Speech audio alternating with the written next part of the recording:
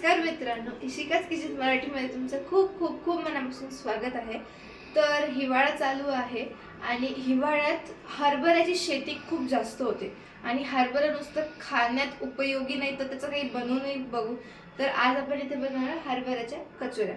तर त्याच्यासाठी पहिले आपण त्याचं आउटर जे कव्हरिंग आहे खस्ता कचोरीचं ते आपण बनवून घेऊया। तर इथे मी घेतले 2 मीठ, ओवा आणि थंड तेल। आता मी इथं थंड तेल का घेतलंय तर जर तुम्हाला कचोरी खस्ता किंवा कोणताही असा क्रंची पदार्थ बनवायचा असेल मैद्याचा तर थंड तेल वापरायचं आणि सॉफ्ट हवा असेल तर तेलाचं मोहन वापरायचं। ठीक आहे, आता यात मी ओवा ऍड करणार आहे। आता ओवा ना मी असं थोडा क्रश करून ऍड करणार, त्याने थोडासा फ्लेवर त्यात उतरेल। चवीपुरतं मीठ आणि सुखे जिन्नस मिळून घेऊया आपण एकदम छान। आता यात मी तेल घालणार आहे।